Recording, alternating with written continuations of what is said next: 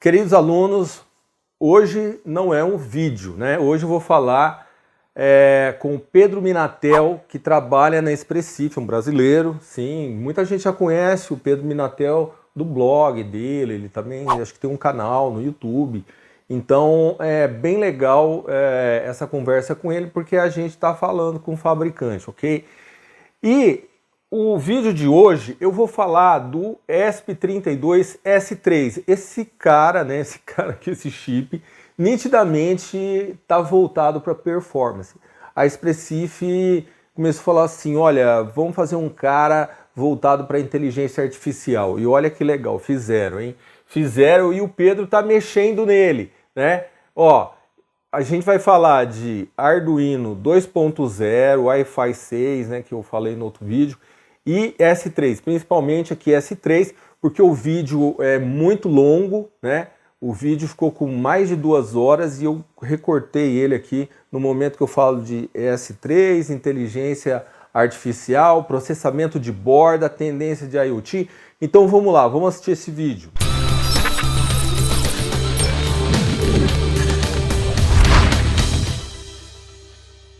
Boa noite, queridos alunos. Hoje eu estou com um vídeo aqui bem diferente do usual, onde eu fico ali de pé em frente da minha TV lousa, né? E agora eu tenho um convidado aqui, que é o Pedro Minatel, da Expressif. Né? E Pedro, né, eu sei que muita gente te conhece já da internet, mas eu gostaria que você se apresentasse, contasse um pouquinho aí como é que você foi parar aí, você está em Portugal agora, eu estou falando com ele em Portugal. Que cidade, Pedro, que você está? Aqui a cidade chama Vila Verde, parte do Conselho de Braga. Ah, legal. É grande aqui em Portugal. Isso, e eu tô aqui no Brasil, né, como sempre. Então, você pode se apresentar aí, Pedro? Sim. Bom, primeiramente, obrigado pelo convite. É muito bom falar com você. Eu também já acompanho o teu trabalho há um certo tempo e agora a gente tendo essa oportunidade de criar aí esse vídeo em conjunto. Bom, meu nome é Pedro Minatel. Como você já disse, eu estou em Portugal já há um pouco mais de 2 anos. Eu decidi me mudar para cá por algumas razões pessoais e porque recebi uma proposta de trabalhar numa empresa aqui de Portugal. E hoje estou na Expressif, continuo ainda em Portugal, né? Fiz essa opção ainda em continuar vivendo por aqui, que eu gostei muito. Acho que é muito parecido com o Brasil aqui, não só pela língua, mas também pelo povo, né? Acho que aqui, enfim, é um país com muita história, e eu gosto muito de história, então acaba que a gente vê muitas coisas que a gente lê em livros, a gente vê na vida real aqui. Mas eu comecei não digo minha carreira profissional, mas a minha carreira de maker há um bom tempo, aí, para mais de 22 anos, acho que até mais. É tempo mesmo, hein? Sempre gostei de... Mas então você começou com 10 anos de idade, Pedro? Não com 10, um pouquinho mais. Mas eu comecei assim, com uma forte influência do meu avô, que era torneiro mecânico, gostava de mexer com ferramentas e tal. E aí aprendi eletrônica, aliás, descobri eletrônica. Fiquei apaixonado pela possibilidade de criar. Na época, obviamente, nem mexia com microcontroladores, né? Sim. Fazia mais circuitos de revista, né? Para quem lembra, a revista do Beda Marx, eu lia muito revista, né? Tinha lá Beabá, Saber Eletrônica. Sim, nossa, acompanhei tudo isso aí, Pedro. Também acho que eu sou dessa geração aí. Fazia os circuitos com 555. Isso. E aí comecei a estudar eletrônica no Senai, o curso técnico, em 2002. Então fiz eletrônica no Senai, trabalhei como técnico em bancada. Então eu trabalhei na Motorola por um bom tempo, como técnico de bancada ali, fazendo análise de circuito de telefone celular. Sei. Fiquei um tempo aí, depois fiquei ainda na indecisão se eu ia para engenharia elétrica ou ficava na parte de programação, que eu também gostava, mexia mais como entusiasta. Acabei indo para a parte fiz um pouco, comecei na engenharia elétrica, fiz um pouco, mas depois eu passei para análise de sistema. Sim. E aí depois descobri o mundo dos sistemas embarcados, né? Ainda não com o ESP 8266, isso foi um pouco mais para frente, mas comecei com PIC, né? Acho que boa parte do pessoal... Muita gente, eu também foi isso. Que era o que também era mais fácil pra gente comprar, né, Pedro? Tava mais acessível, eu acho. Não tão acessível quanto hoje a gente tem alguns microcontroladores, mas sim, era o que estava mais acessível, PIC 12. Acho que muita gente começava com o PIC 12, depois eu fui acho que eu fui direto pro 18, e aí cheguei no mundo do PIC 24, que aí já era, abria, né, e mais... Acho que já era até DSP, né, nessa época, né, já tava... Eu não cheguei a mexer com DSP, mas sim, tinha acho que já nessa época, aí foi 2009 para 2010, que eu comecei com o PIC 24. Sim. E aí, em 2014, a gente conheceu o 8266, né, que acho que o que abriu as portas, né, para o IoT. Verdade. Até então era muito complicado, né, a gente desenvolver IoT, porque as soluções eram caras. Você tinha já a Raspberry Pi, mas ainda era por cabo de rede, então você tinha que fazer Wi-Fi, você tinha que usar um adaptador. Nossa, eu lembro, assim. Realmente é difícil. Era para você ter Wi-Fi num embarcado, realmente era caro. Era caro até para ter um RJ45 ali espetado, né? Era difícil. Já era difícil, a internet era difícil, né? Sim, e eu cheguei a fazer algumas experiências antes ainda do 8266 com o Ethernet, mas realmente eram kits caros, né? Muito caro. Até com Zigbee, né? Sim. Nossa. Cheguei a ter a oportunidade de brincar um pouco com o Zigbee, e assim, era na época isso, então a gente está falando aí de mais de 10 anos atrás. Eram kits de 400, 500 reais. Sim, verdade. Naquela época, né? Então realmente era bem, bem difícil. Mas até hoje não é muito barato também, né, Pedro? Eu acho que assim, se você for comparar aí com o mundo da Expressif, ainda é um negócio caro, né? Sim. E o que acho que foi o grande salto, não digo um salto quântico, mas foi o grande salto que a gente teve, principalmente para a comunidade maker, né? Que é o que eu particularmente gosto muito de trabalhar, é o que me dá mais gratidão, né, em trabalhar, que é o público maker, que é somente ensinar quem está realmente começando ali. Isso é bem gratificante. O que possibilitou, né, esse salto, né, para que a gente pudesse começar a fazer os nossos próprios dispositivos conectados, né, que foi o suporte do Arduino para o ESP8266, isso que foi, acho que o grande diferencial do 8266, porque até então tinham outras empresas também trabalhando com soluções bem similares. A MediaTek tinha uma solução também muito, muito similar, mas não emplacou como emplacou o 8266 por conta do suporte, né, do Arduino. Será que é aquele que a MediaTek depois soltou uma empresa? Eu até gravei um vídeo, aquele que usa OpenWRT, aquele que é Linux embarcado. Aquele é o MediaTek MT7688. Isso. É um processador, já tem um... Já tem um SO, ele já é com SO. O que eu tô dizendo é um que realmente era bem parecido com o 8266, é o MT7822, não. Agora eu posso falar errado o part number dele. mas ele também saiu nessa mesma linha de ser baixo custo, né? Sei. Mas não emplacou, né? O Expressif conseguiu aí tomar frente desse tipo de aplicação, né? De MCU de baixo custo. E acho que até hoje, né? Até hoje é muito difícil a gente ter parecer, né, algum concorrente aí a Altura até pode, né? Enfim. Eu acho incrível, sabe o que, Pedro? Eu tenho uma opinião, né?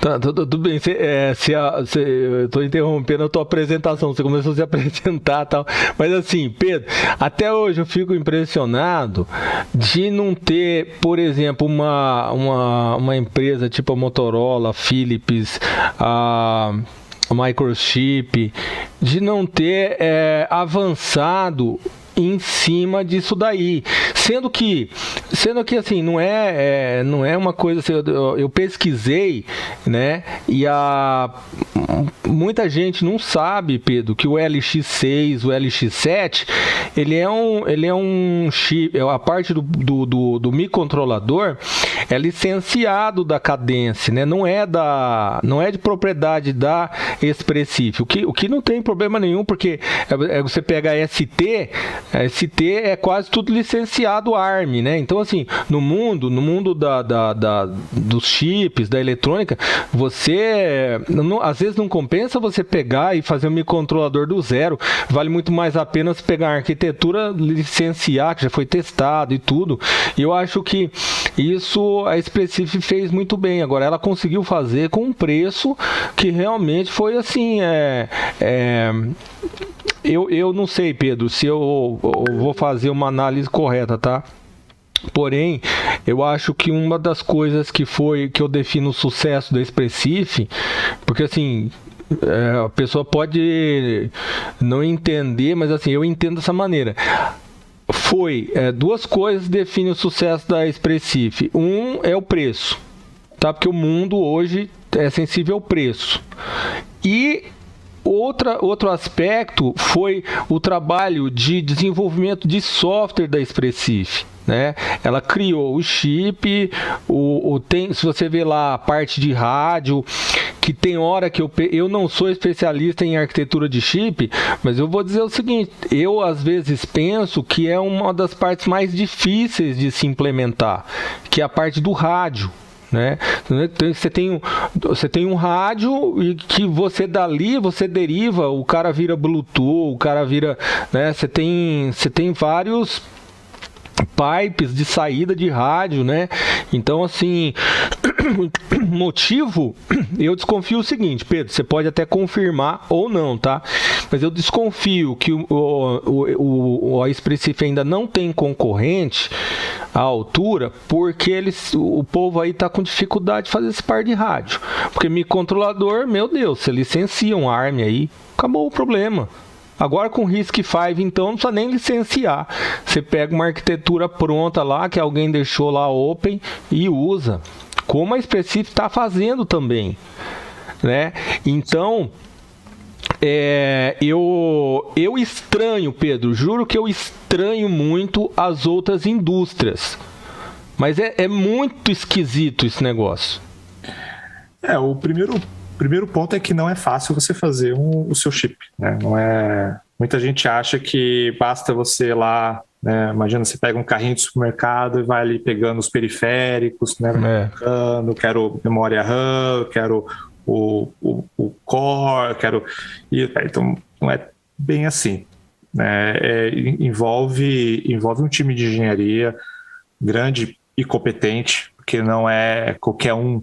Você achar uma pessoa que é designer de chip não é fácil, né?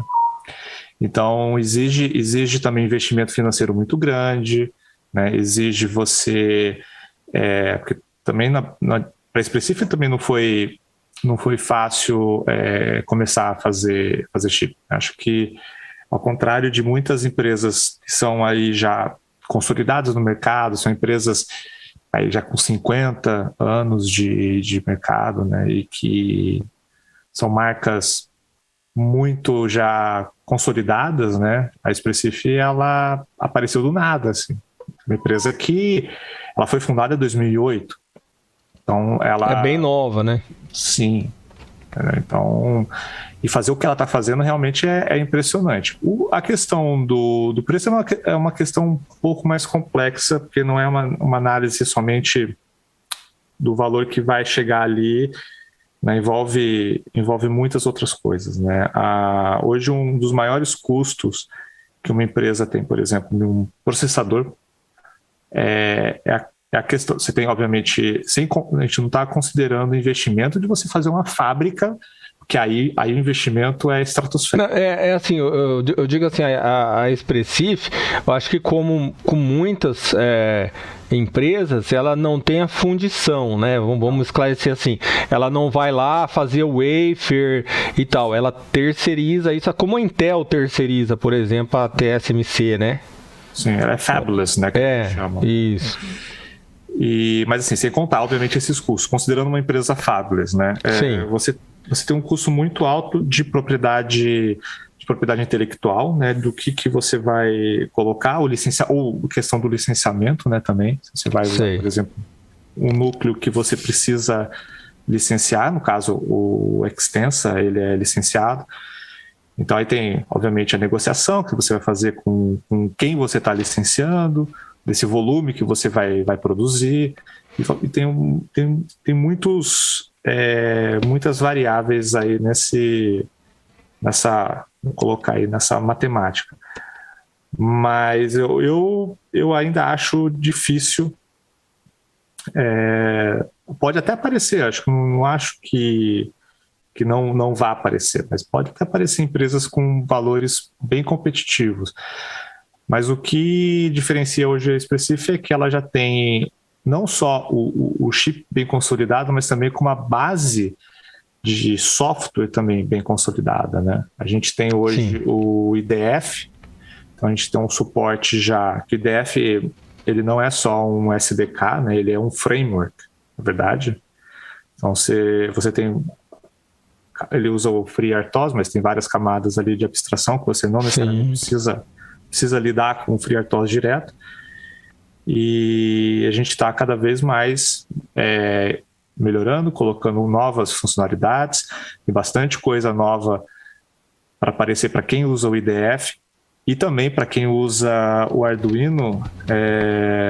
Até depois a gente quiser explorar mais esse assunto, a Expressif está investindo no desenvolvimento do Arduino de uma forma diferente como ela fazia antes. Então isso também está trazendo um benefício para a comunidade, principalmente, né, para a comunidade Arduino, que estava ali, o projeto andava, mas talvez não do passo que a gente esperava, né? Mas agora a tendência é... Sobre isso, Pedro, até queria falar com você também, que me interessou muito, né? Eu que venho acompanhando a questão do Core Arduino, né, que a Expressif tomou para si, né, porque assim o 8266 ele é tocado pela comunidade, né, e o ESP32 ele é uma coisa que eu vi que a Expressif abraçou. E eu tenho uma teoria, Pedro, vou colocar aqui, assim, porque eu acho que na minha cabeça faz sentido, né? Quando uma empresa lança um chip, vamos falar assim, né, por exemplo, daqueles que a maioria conhece, Microchip, a Atmel, depois virou uma empresa só, mas alguns chips da Motorola. Então, eles iam lá e produzem um chip, e tudo bem, você pode programar com um compilador diferente, às vezes, um compilador de terceiro, mas assim, sempre ficou evidente que aquilo que estava testado e, vamos dizer assim, entre aspas, homologado, era o do fabricante. Então muita gente tinha medo de usar um compilador ou um framework, uma biblioteca que não fosse do fabricante. né? E dá para entender, porque quem está desenvolvendo um produto fica muito preocupado com o destino final, se vai levar o tempo que projetou, ou se vai estourar muito o tempo de projeto, se vai encontrar um problema no meio que vai ser difícil de superar. Então, eu entendo essa coisa assim do sujeito que busca sempre o nativo, né? O meu canal, ele é um canal que eu já comecei de cara falando sobre Arduino, programando Arduino com vários dispositivos. E eu logo no começo, logo quando vi, o dia que eu vi, vou contar para você, o dia que eu descobri o ESP8266, fiquei louco. Eu não acreditei. Eu falei, não, fizeram. Não, sabe, eu tava pedindo que alguém fizesse chip, fizeram. Eu acho que isso que foi o acerto da Expressive também, né? Ela foi em cima da necessidade. Eu acho que as outras empresas deixaram um buraco, um nicho, e ela foi lá e soube aproveitar, entregou com preço.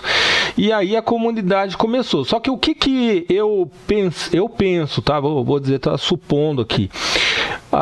É perigoso também, para a empresa deixar só na mão do mundo open. Por quê? Imagina que eu pego o chip, um S32, resolvo, porque no começo, né, Pedro, tinha vários cores aí de terceiros no GitHub, né? O cara, eu vou tentar fazer um corezinho aqui e tal. Então, começa a aparecer algumas iniciativas independentes, louváveis, porque o cara tá lá se doando para a comunidade, mas que é difícil de uma pessoa só fazer, né? Porque você pega projetos maiores, você tem lá 40 engenheiros, 50 engenheiros trabalhando, coisa comum, Então você imagina eu, né, o Fernando K, escrevendo um framework. Eu não sei, eu não vou conseguir nunca fazer um IDF, eu sozinho. É muita gente para fazer esse negócio. Então, assim, no momento que eu vi que a Expressive começou a abraçar mais o 2.0, eu senti também o seguinte, eu acho que as empresas, tá? Tô supondo isso, Pedro, porque conversar com você é uma coisa interessante, porque eu posso meio que colocar meus medos aqui, minhas preocupações aqui com o próprio fabricante. Graças a Deus você é brasileiro, você está em Portugal aí, mas você é brasileiro, o que dá pra gente, assim, né? Nós temos a mesma cultura, né? Eu não tô falando com um norte-americano ou com um chinês, que eu não sei exatamente como é que ele vai receber a minha indagação, mas eu acho que hoje algumas empresas têm medo de deixar o seu produto também na mão da comunidade, porque se der um pau, já vi isso acontecer, tá Pedro? Da pessoa chegar para mim e falar, empresa, tá desenvolvendo com Arduino, aí a pessoa me liga e fala, Fernando, sabe o que eu tô achando, cara? Que eu não sei, ou o chip tá dando pau, ou o Arduino tá dando pau, eu não sei, cara, eu não tô conseguindo achar o erro. Então, é um lugar perigoso para ficar. Entendeu? Você deixar completamente uma comunidade abraçar. Mesmo, é lógico, por exemplo, o oficial é o IDF, ok? Perfeito, porque vocês têm aí, né? Vocês têm o seu núcleo, o seu core, o seu framework, né?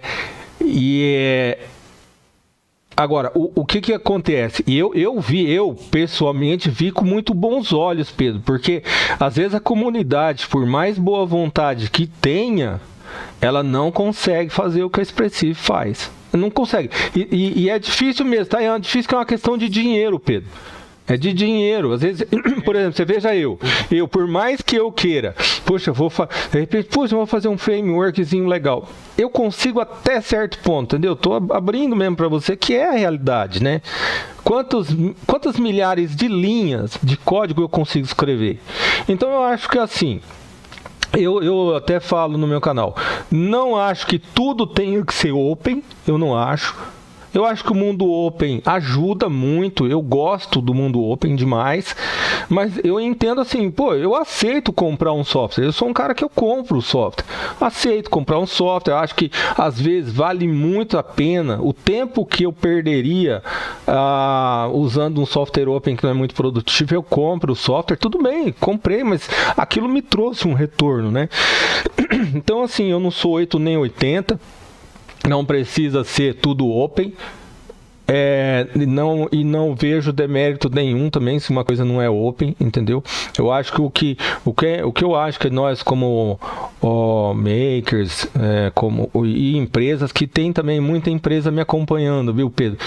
Eu comecei a tentar levantar uns dados, ainda não tenho dados assim oficiais, né? Espero ter em breve, mas tem muita empresa, e tem muita empresa começando por conta do meu canal, começando com o ESP, já direto, porque fala assim, pô, eu consigo criar um negócio Wi-Fi, IoT com esse cara aqui, é ele que pode me levantar.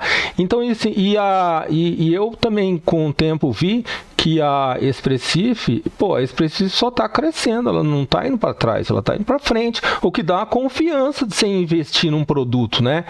Eu acho que isso dá. Agora, você entendeu, Pedro? Será que aí do teu lado você consegue ver isso também? Quer dizer, a Expressif pegou para si uma responsabilidade, né? Não estou falando mal do mundo open, que ele não consegue, nem, não é isso não, pelo amor de Deus, hein? Senão alguém vai ficar bravo comigo. Não, entendi. Entendeu? Acho que existem duas coisas quando a gente fala de um projeto de código aberto, né? Você tem um projeto que ele é totalmente e somente mantido pela comunidade. Você tem vários projetos que são assim. Então não existe uma empresa ou uma fundação, no caso do Linux. O Linux existe uma fundação. E também existem empresas que investem e colocam pessoas para trabalhar no desenvolvimento do Linux. No caso da Expressif, vou começar pelo IDF. O IDF ele é de código aberto, porém mantido pela Expressif. Aceita contribuições da comunidade? Sim, mas passa por todo um processo de análise daquele código, teste. Simplesmente a gente não vai pegar um código que alguém da comunidade resolveu ali alterar e colocar upstream no nosso GitHub. Não é assim que funciona.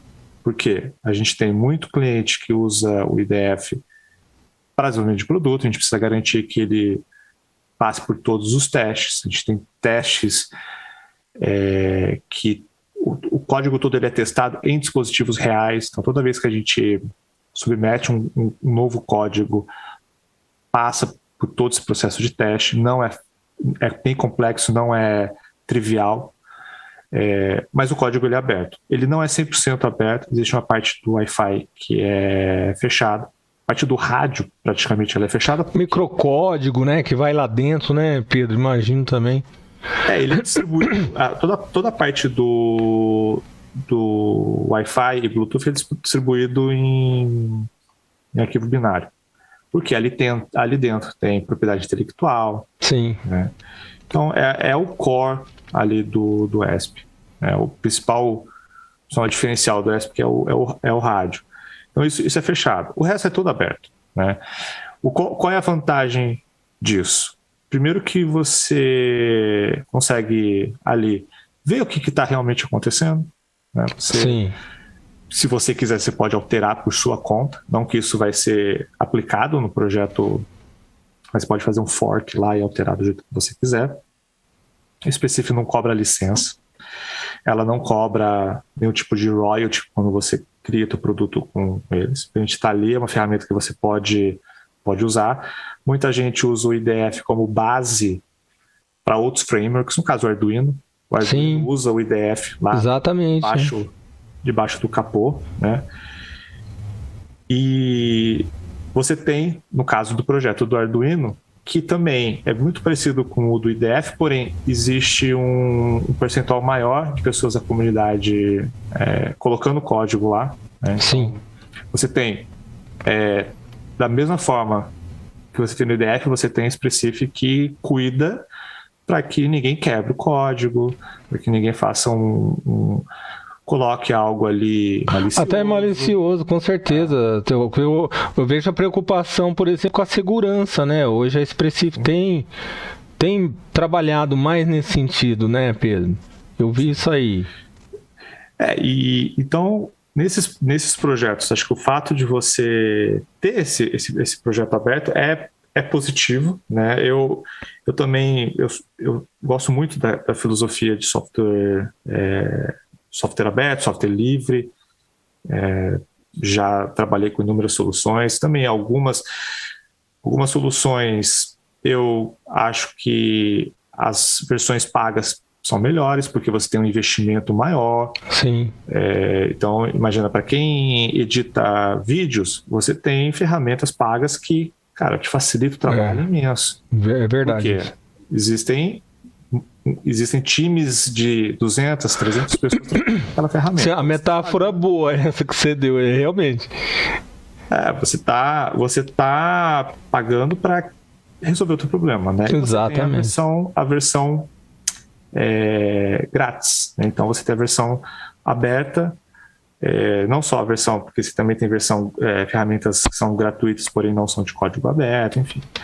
Mas acho que tentando voltar, né, nessa questão da história, né, do ESP com Arduino e o porquê que a Expressif se consolidou, né, bastante nessa questão de soluções com Wi-Fi, depois com o 32, o Bluetooth. Lá quando surgiu o 8266, até quando eu comecei não tinha o Arduino ainda. A gente tinha a opção de usar o firmware por comandos AT, e aí o pessoal começou a descobrir que a Expressif tinha um SDK para você desenvolver o teu próprio código. Aí o pessoal começou ali a explorar isso. Aí surgiu o suporte do Arduino, inclusive a pessoa responsável pela criação do suporte do Arduino para o 8266, hoje ele trabalha na Expressif, inclusive é meu chefe. Olha só. E ele foi, acho que, um dos grandes responsáveis como se diz, pelo que espalhou, né, o 8266 no mundo todo. Sim. E aí surgiu Lua, depois o pessoal começou a criar outras formas de você programar, né? O Arduino acabou que ficou a forma mais popular, né? Acho que mais conhecido, né? Não, o do Lua eu lembro, cheguei a pegar. Cheguei a fazer uns testes com Lua, sim. Sim, eu também, eu gostava até bastante de desenvolver com Lua. Também é uma linguagem de programação desenvolvida no Brasil, né? Sim. E o que eu acho que aconteceu foi que hoje o sucesso da Expressif se dá muito pelo Arduino. Então a Expressif, ela sabe da importância do projeto do Arduino. Então o que tem acontecido nos últimos tempos, né? Até com a versão 2.0, só para a gente não confundir o 2.0 da IDE, né? Porque também sim. É verdade, né? O que a gente... nós estamos falando aqui quando fala do Arduino, você fala Arduino 2.0, é do Core. Sim. A biblioteca de funções da Expressif para o Arduino, né? Então, não a IDE. Não é a IDE 2.0, porque eu tenho falado da IDE 2.0 também, tenho usado, brincado bastante com ela aqui, e ela tá indo bem, né, Pedro? Eu vejo assim que os caras estão trabalhando, da Pro para o 2.0 teve bastante evolução, né? Inclusive tenho testado com o Core 2.0 também. Até, viu, Pedro, hoje estou soltando, né? É que não vai sair hoje o vídeo, né? Eu vou editar. Esse vídeo aqui é o segundo que eu lanço depois que eu voltei pro canal. Mas hoje eu estou soltando um vídeo que eu compilei no ESP32S2 e fazendo leitura de tensão AC, né, em valor RMS. Então, assim, pego o gráfico, tudo, mostro. Ficou, bom, eu sou suspeito de falar, achei que ficou interessante o vídeo, né? Com o S2. Com o S2, né? Já tô começando a usar o S2. E aqui quero fazer um comentário, hein, Pedro? Fiquei muito feliz com a performance do LX7, tá? Eu percebi a diferença, viu, Pedro? E ele traz o USB, né? Também. Esse também. Se bem que na versão que eu tenho, Pedro, ele não é aquela versão, o dev kit da Expressif. Então, os caras da iTinker colocaram um 340, um CH340 antes, entendeu? Não, mas você consegue, eu vou mostrar bem rápido aqui. Essas são as novas placas de isolamento da Expressif, agora tem 2. Tem 2, né? Isso aí que nossa, isso tava faltando, hein, Pedro? Mas você consegue usar os 2 GPIOs com o D+, e o D- para o USB. Eu tenho algum... Não, eu entendi. Você pode pegar o conector, né? Você pode pegar o conector USB e ligar no pino. Mas é que assim já tá na mão, né? A gente gosta na mão, né? As coisas. Eu tenho uma aqui que também não é oficial do Expressif, mas também tem dois conectores. 2 conectores. Esse aqui também é S2. Sim. Em Pedro, a velocidade, né? Até aproveitando assim que nós estamos aqui numa conversa livre, né, Pedro? Você pode mudar o rumo da conversa também, tá? Fica à vontade aí. Tranquilo. Mas, por exemplo, eu falei do S2, aí não dá, né? Minha curiosidade em cima do S3, até pedir para você... Posso divulgar aquela foto do S3 que você mandou para mim? Pode. Do S3, e o C6, né? O C6 também. Esse aqui, tá aqui, o S3. O S3, isso. Tem duas versões dele aqui. Esse aqui com uma USB somente.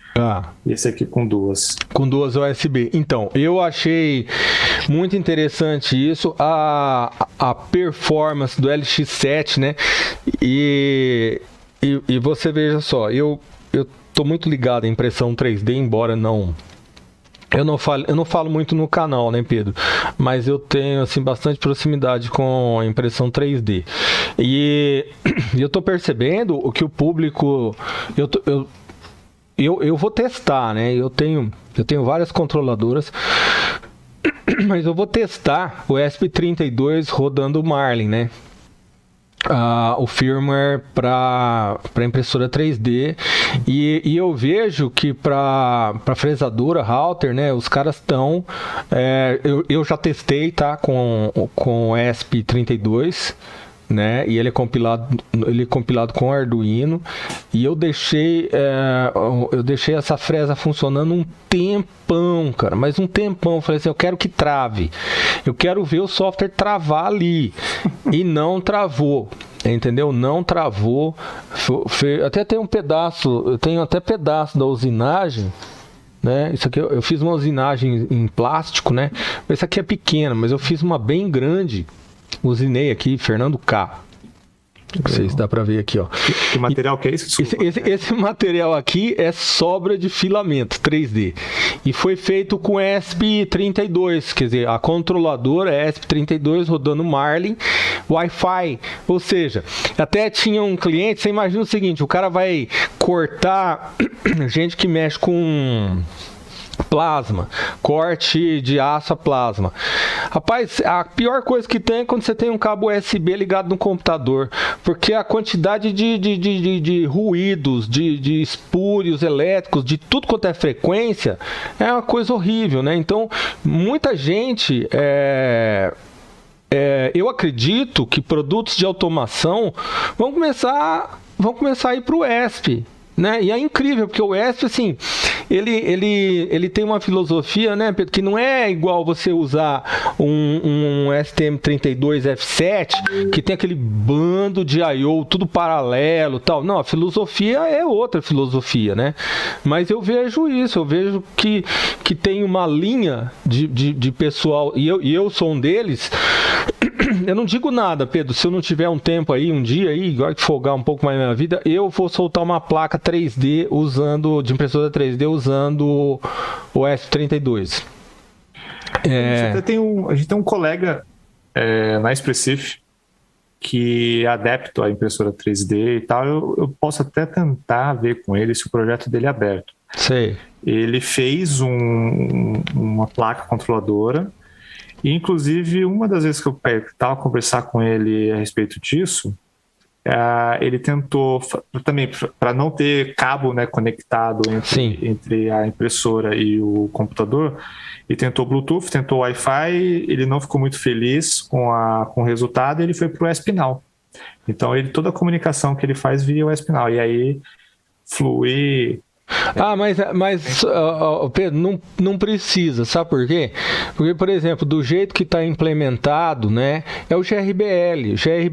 A implementação atual do GRBL funciona bem. O que ela faz? Você manda o G-Code todinho para o ESP. O ESP grava no cartão a primeira versão. Rapaz, ele gravava no file system lá, no SPIFs, né? SPIFs. Então não dá, porque o SPIFs ele é muito pequeno, ele não dava para isso, o código travava.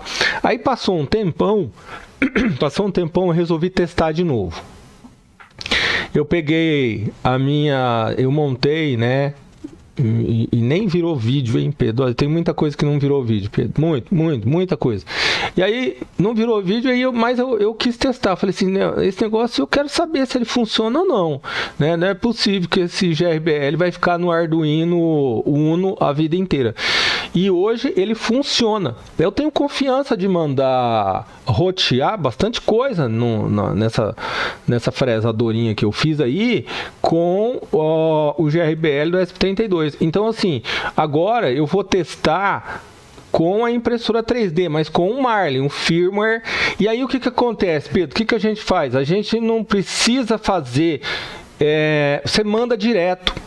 O Marlin também permite isso. Você manda direto, grava no cartão micro SD, acabou. Você manda um arquivo gigante e incrível. Ó, assim, eu tô falando com você é da Expressif, não tô puxando o saco, Pedro, mas ó, não é fácil de fazer uma placa com ST. A ST deixou no site dela, e eu agradeço a ST por ter feito isso, deixou no site dela uma placa completa lá, o projeto de referência. Eu acho que até, e muita gente na China produziu, talvez com base no projeto da ST.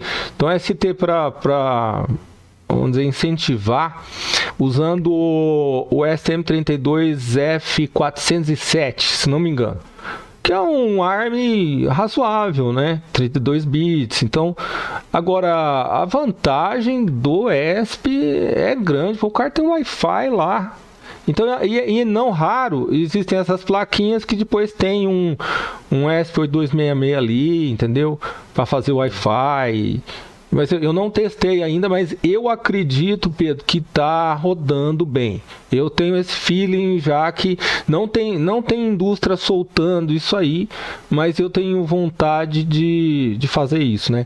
Bom, enfim, de repente você dá essa ideia, Pedro, dá essa ideia lá, faz o seguinte, ó, faz um projeto usando Marlin, tá? Usando Marlin, com ESP32. Gente, se pegar esse S3 aí, porque esse S3, Pedro, deve ser muito poderoso.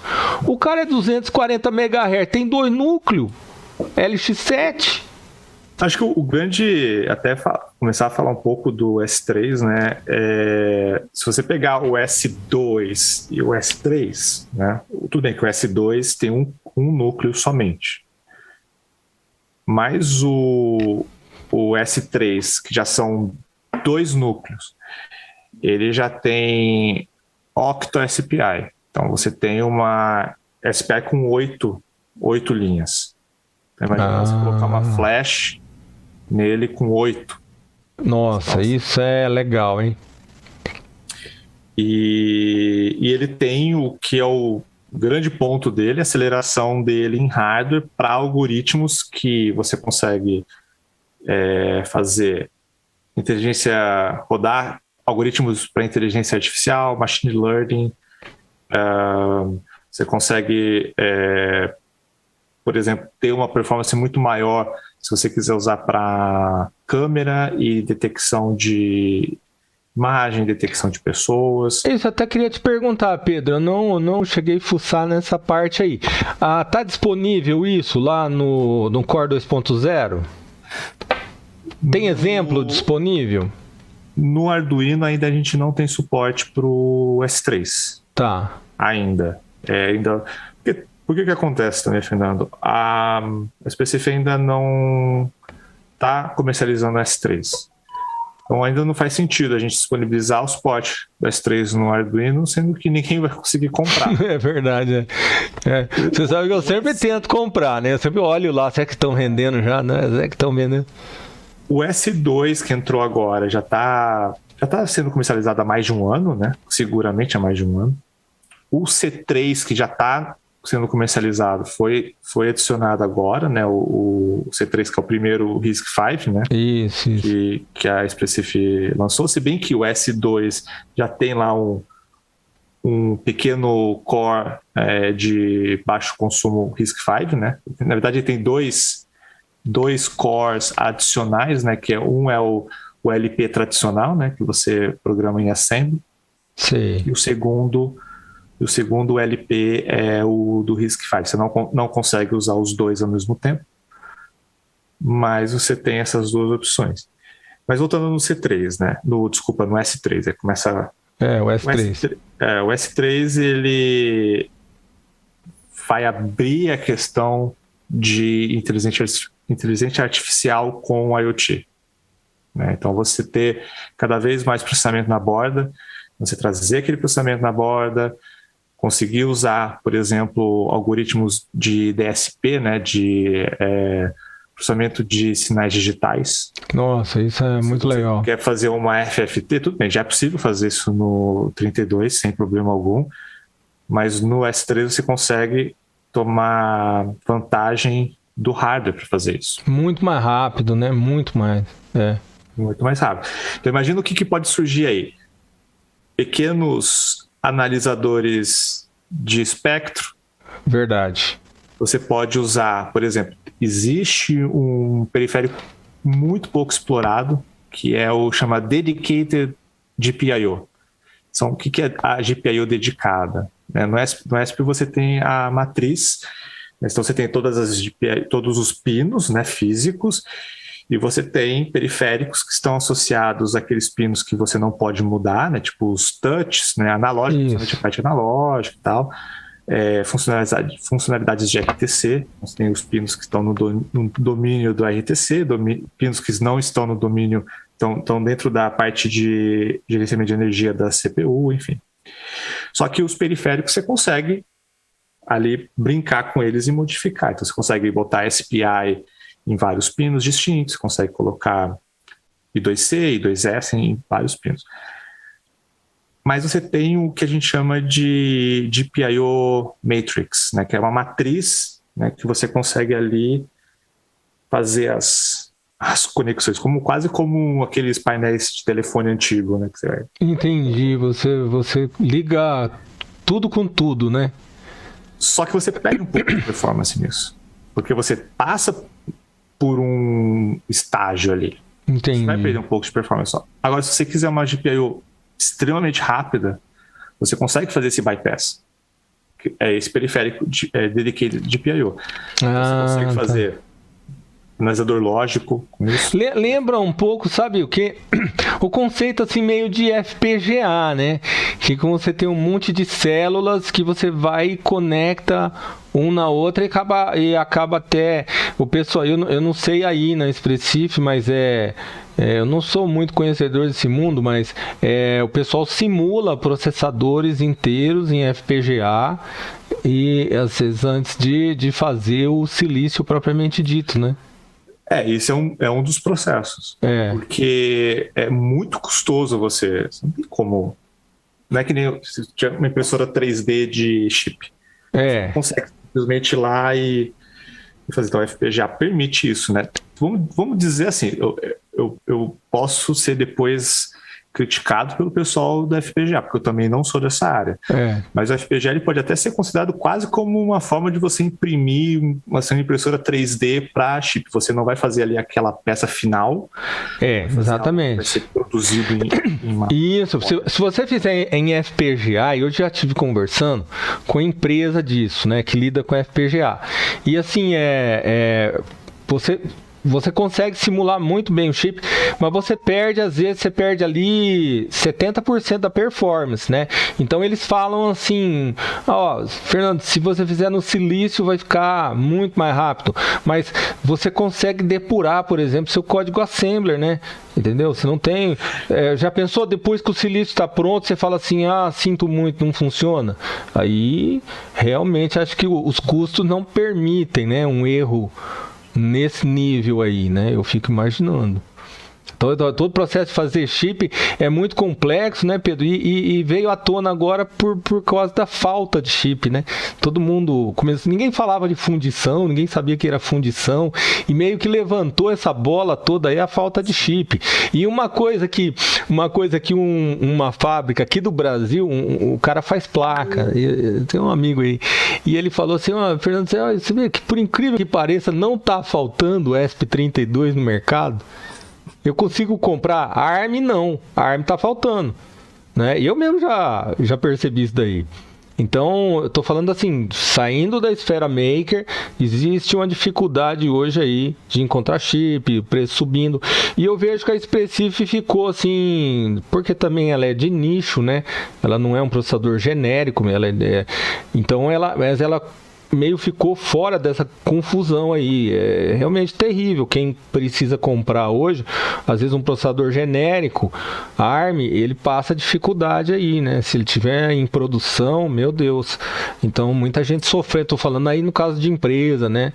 E a Expressif, ela meio que ficou fora disso, né? Não sei, algum motivo aí da cadeia produtiva de vocês aconteceu isso aí de vocês ter ficado fora. Foi essa informação que eu tive. Você confirma isso, Pedro? Assim, eu não tenho como te dizer hoje, né, se isso afeta ou não a Expressif, né? Porque uma coisa é você ir por canais de compra de volumes baixos para médios, outros são os canais de compra de volumes altíssimos, né? Sim. Hoje, imagina você tem uma fábrica que consome 50 mil ESP32 por mês. Sei. Deixa eu colocar aí um volume. Esse volume para vocês é o quê? Então, eu não sou da área de vendas. Tá, mas você é um médio, você não sabe se isso é um médio. Não, eu não sei, Fernando, porque o que acontece? Né, hoje, essa é até uma filosofia que eu tenho. Assim, eu sei que a Expressif vende bem, mas não sei quanto, porque para mim o que importa é, por exemplo, no meu trabalho, né? Sim. Mas no meu trabalho, o que importa é eu ver que não só a comunidade, mas como as pessoas estão tendo acesso às informações, as pessoas estão conseguindo ali desenvolver os projetos, tentar ver quais são os gaps, né, que tem ainda nas documentações específicas. Tá? Então, assim, eu não sou, mais que muita gente possa pensar, eu não sou vendedor, eu não fico ali vendendo ou tentando convencer as pessoas a comprarem ESP. Então, eu não sei se essa crise global de silício, o quanto que está afetando os clientes da Expressif, não sei. Então, assim, a informação que eu tive aqui foi da indústria, tá? Foi de uma indústria que fabrica placa, tem produtos como ESP e não está faltando. Né? E eu fiquei feliz com isso, porque eu falo disso, né, Pedro?